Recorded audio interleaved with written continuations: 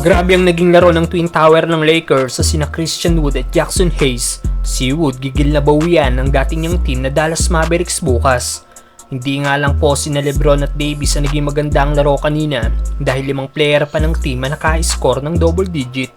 May 20 points at 8 assists si D'Lo, may 19 points, 5 rebounds at 5 assists naman si Austin Reeves, 12 points at 6 rebounds naman kay Rui Hachimura. At solid game din para sa Twin Tower ng Lakers sa sina Jackson Hayes at Christian Wood. Nagtala nga po ng 10 points, 2 rebounds si Jackson Hayes, nakagawa rin ng block ang nasabing big man na na-convert pa nila into points. Rejected by Hayes. Reeves racing the other way. Ganda rin ang mga screen na ginagawa ng nasabing big man para makashoot ng ayos ang Lakers. Samantalang para kay Christian Wood, nagtapos nga po ito ng may 16 points, 8 rebounds at 2 assists na may 6 of 7 shooting sa field.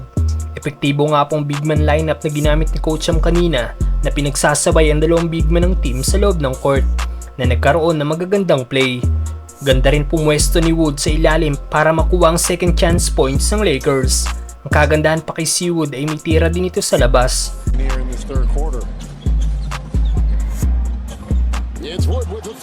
Na-hype din si Davis after ng transition dunk na ginawa ng nasabing big man. Maging si LeBron ay natuwa nga po sa ipinakita ng kanilang mga role player at sinabing natutuwa daw siyang makita na nagpe-perform ng high level sina Max Christie, Austin Reeves, si Wood at Jackson Hayes.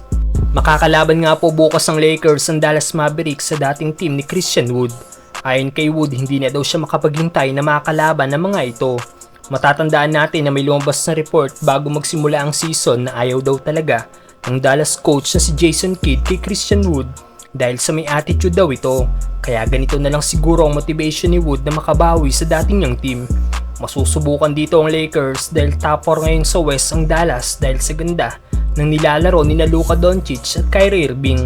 Makikita natin kung may extend ng Lakers ang kanilang winning streak sa 4 na panalo. Short as D'Angelo Russell knocks down the long ball. He's got 10 on 4 out of 6.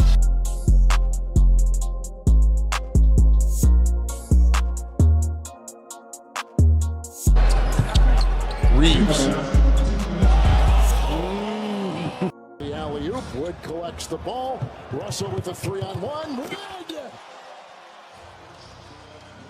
Quick twitch. Oh my goodness. Come on, Collins. Come on, John Collins. And then this is from 28.